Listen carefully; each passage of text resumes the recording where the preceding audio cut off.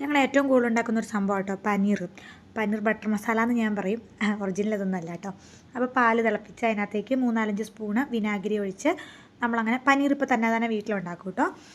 ഇപ്പോൾ എപ്പോഴും അങ്ങനെയാണ്. അപ്പോൾ നമുക്ക് ആവശ്യമുള്ള ക്വാണ്ടിറ്റി കിട്ടും. അത് നന്നായിട്ട് തിളച്ച് വരുമ്പോഴേക്കും ഇങ്ങനെ ഒരു രീതിക്ക് വരും. അന്നേരം നമ്മളൊരു അരിപ്പയ്ക്കകത്തേക്ക് എന്തെങ്കിലും ഒരു കോട്ടൻ്റെ തുണി ഇട്ടിട്ട് ഞാൻ ഒരു ടവറായിട്ടേക്കണേ അതിനകത്തേക്ക് ഒഴിച്ച് മുറുക്ക ടൈറ്റ് ചെയ്തും ലൈറ്റായിട്ട് ടൈറ്റ് ചെയ്തും വെക്കാം കേട്ടോ. മുറുക്ക ടൈറ്റ് ചെയ്ത് കഴിഞ്ഞാൽ ഒത്തിരി ഹാർഡായിട്ടിരിക്കും. ഇച്ചിരി ലൈറ്റായിട്ടാണെങ്കിൽ ഇച്ചിരി സോഫ്റ്റ് ആയിട്ടിരിക്കും കേട്ടോ. അപ്പോൾ അങ്ങനെ വെച്ചിട്ട് 10-20 മിനിറ്റ് കഴിയുമ്പോഴേക്കും എടുക്കാം. ഞാനിത് ഇച്ചിരി സമയം വെച്ചിട്ട് എടുത്ത് ഒത്തിരി നേരം വെച്ച് കഴിഞ്ഞാൽ ചീത്തയായി പോകും കേട്ടോ.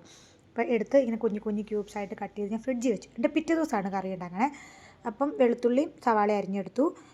മറ്റേ ഓയിലാട്ടോ ഞാൻ ഒഴിച്ചേക്കണേ. ഓയിലിനകത്തേക്ക് ഗ്രാമ്പൂ ഇട്ടു, നമ്മുടെ വെളുത്തുള്ളി ഇട്ടു, സവാള ഇട്ടു, എല്ലാം കൂടെ വഴന്ന് വരട്ടെ കേട്ടോ. ഇതിനകത്ത് ബട്ടർ റോസ്റ്റ് പോലെ ഉണ്ടാക്കണമെങ്കിൽ ബട്ടർ മസാല ഉണ്ടാക്കണമെങ്കിൽ ബട്ടർ ആട്ടോ ഒഴിക്കണ്ടേ, ഓയിലല്ല, സൺഫ്ലവർ ഓയിലല്ല, ബട്ടർ ഒഴിക്കണ്ടേ. അപ്പോൾ സവാളയൊക്കെ വഴണ്ട് വന്നപ്പോഴേക്കും തക്കാളി ഇട്ട് കൊടുത്തു. തക്കാളി വഴണ്ട് വരുമ്പോഴേക്കും നമ്മളതെടുത്ത് ആറാൻ വെച്ചു കേട്ടോ, മിക്സിക്കകത്തിട്ട് ഇളക്കി എടുക്കാൻ വേണ്ടിയിട്ട്. ഈ മിക്സിയുടെ കൂട്ടത്തിൽ നമുക്ക് കാഷ്നട്ട് അരയ്ക്കണ കൂട്ടത്തിൽ കാഷ്നട്ട് കുതിർത്തിട്ട് അതും കൂടെ കൂട്ടിയിട്ട് അരയ്ക്കണം. ഞാൻ കാഷ്നട്ട് ഇട്ടില്ല കേട്ടോ, കാരണം നമ്മളിത് ഇടയ്ക്കിടയ്ക്ക് ഉണ്ടാക്കുന്നുണ്ട് എപ്പോഴും കാഷ്നട്ടൊന്നും അങ്ങനെ പറ്റുന്ന കാര്യമല്ല. എന്തായാലും ആവട്ടെ. അപ്പോൾ കാഷ്നട്ട് ഇട്ടാൽ ടേസ്റ്റ് കൂടും. പിന്നെ നമ്മൾ മുളക് പൊടിയും മഞ്ഞൾപ്പൊടിയും മല്ലിപ്പൊടിയും എല്ലാം കുറച്ചെടുത്ത് അതിനകത്തേക്ക് നമ്മുടെ അരച്ച് വെച്ച സംഭവങ്ങളും കൂടെ കൂടിയിട്ട് ഇളക്കി അതിനകത്തേക്ക് ഇച്ചിരി പാലും ഒഴിച്ച് ആവശ്യത്തിന് വെള്ളം ഒഴിച്ച് കസൂരി മേത്തിയും കൂടെ ഇടണം. എന്തെങ്കിലും മനസ്സിലായോ എന്നറിയില്ല, പെട്ടെന്ന് പറഞ്ഞു പോകേണ്ട വന്നു.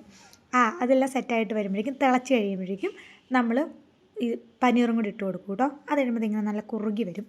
അതിൻ്റെ ഇടയ്ക്ക് അച്ചാച്ചൻ പനീർ കഴിക്കില്ലാത്തതുകൊണ്ട് 5-6 ചേമ്പ് മാന്തിക്കൊണ്ട് വന്ന് ചേമ്പ് പുഴുങ്ങാൻ വെച്ചേക്കണേ കേട്ടോ. പിന്നെ ഏട്ടായി നോക്കിയിട്ട് ഓവർ എക്സ്പ്രഷനൊക്കെ ഇട്ട് ചളവാക്കി വെച്ചേക്കുക. എന്തായാലും ഇഷ്ടമാട്ടോ, അതുകൊണ്ട് ഇങ്ങനത്തെ എക്സ്പ്രഷൻ എപ്പോഴും ഉള്ളതാണ്. ഉണ്ടാക്കി കഴിയുമ്പം സൂപ്പർ അച്ചു എന്ന് പറയണത് എപ്പോഴും ഉള്ള കേട്ടോ. അപ്പോൾ അച്ചാച്ചൻ്റെ ചേമ്പും ചേമ്പും സൂപ്പറായിരുന്നു കേട്ടോ. ചേമ്പ് ഭയങ്കര മുഴുപ്പൊന്നും ആയില്ലെങ്കിലും നല്ലതായിരുന്നു. ഇവിടെ എക്സ്പ്രഷൻ ഓവറാണ്. അങ്ങനെ ഞങ്ങളെല്ലാവരും ഒന്നിച്ചിരുന്ന് കഴിച്ചേ.